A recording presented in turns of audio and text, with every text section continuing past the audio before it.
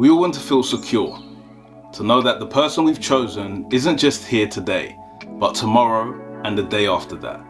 But sometimes that longing for security mutates.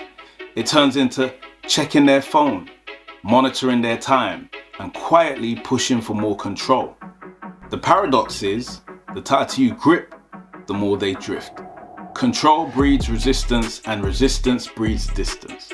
So today, we're diving into how to build real security without becoming an insecure, controlling little wrench. I'm Sam, and this is The Connection Room. Psychologist Erik Erikson said that early adulthood is defined by a central struggle between intimacy and isolation. On one hand, you've got the pull towards closeness, that deep hunger to let someone in to build a life where you're not just surviving, but you're connected. On the other side, there's the instinct to protect yourself, to keep the walls high so you don't get hurt. Every adult wrestles with that tension. You want to be known, but you're scared of what being known will cost. And now that I think about it, that kind of feels like YouTube. Everyone's performing for connection while secretly fearing exposure. Erikson's point is that adult relationships, real adult relationships, aren't just about paying bills and splitting chores. They're about choosing over and over and over again whether we move towards connection or we retreat into ourselves.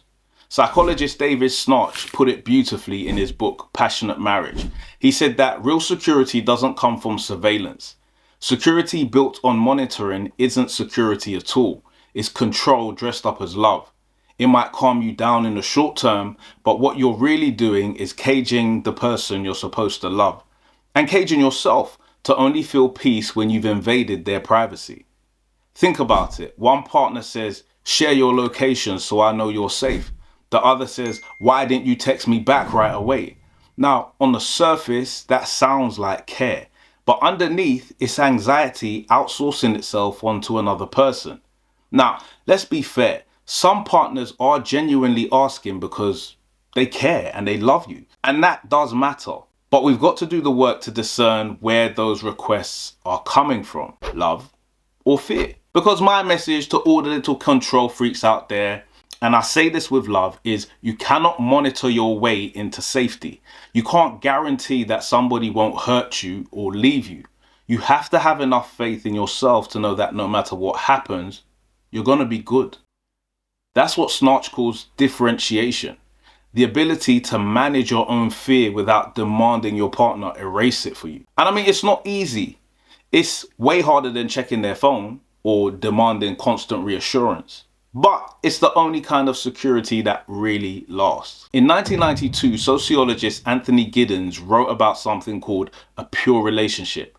The idea that modern relationships exist for their own sake, not because of economic survival or social pressure. See, for most of human history, people stayed together because they had to. Marriage was about status, inheritance, community, or survival. Today, especially in the West, those external forces are much weaker. Relationships stand or fall on one thing: choice. On one hand, that is beautiful. You're not here because you're forced to be. You're here because you choose me and I choose you every day. And there's something romantic, even sacred about that. But choice also makes relationships very fragile, because if satisfaction fades or emotional connection dries up, there's nothing holding us together except the will to stay. If choice binds us, then it's also what can undo us. And that really scares people. It can lead us to exert control in a way that makes a partner's freedom feel less dangerous. We start policing behavior, setting unspoken tests, building invisible cages, all in the name of safety. Now, on the surface, it looks like care, but underneath it's terror. Terror of your own freedom. See, the more you try and cage someone, the less pure the relationship becomes. Control undermines the very thing that made your connection meaningful in the first place. The fact that they chose you freely when they didn't have to. Freedom makes love poetic. It's the same ingredient that makes it terrifying. And here's a real tragedy. In trying to protect the relationship from loss, control often speeds up the very loss you're afraid of. You're gripping so hard that your partner can't breathe, and eventually they're going to choose air over affection. So what can you do when control starts creeping in? Well, firstly, shift from surveillance to transparency. Surveillance says, share your location so I know you're telling the truth. Transparency says, here's where I'll be and here's where I'll check in. One's about policing, the other's about honesty. Second, invest in self-reassurance. Let's be honest, control usually means I can't handle my own anxiety, so I need you to handle it for me. I need you to text back so I don't spiral into a dozen worst case scenarios. But intimacy can't survive on one person outsourcing their emotional regulation.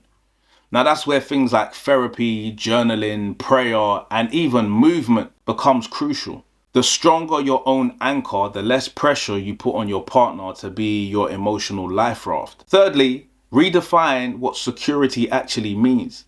Ashanti said it best when she says, I'm not always there when you call, but I'm always on time. That line dismantles the illusion that love equals constant access.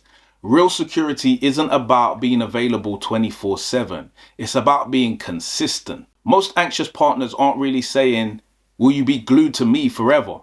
They're saying, when I reach, will you care enough to respond? And that shift from availability to dependability changes everything. Control is about fear, but security is about faith in what you've built. So, how do you feel secure without being controlling? Well, you stop confusing control with care. You build trust through transparency, not surveillance. You learn to self-regulate instead of outsourcing your fear. Love asks for closeness, but it also requires space. Too much transparency and it suffocates. Too much distance and it starves. The art of being in a relationship is about knowing how to breathe together without taking each other's breath away. The bad way. Because in the end, the work isn't about locking your partner down. It's about building the kind of trust where they keep choosing you in a world where they don't have to. Remember, you think control keeps you safe, but it only keeps you scared.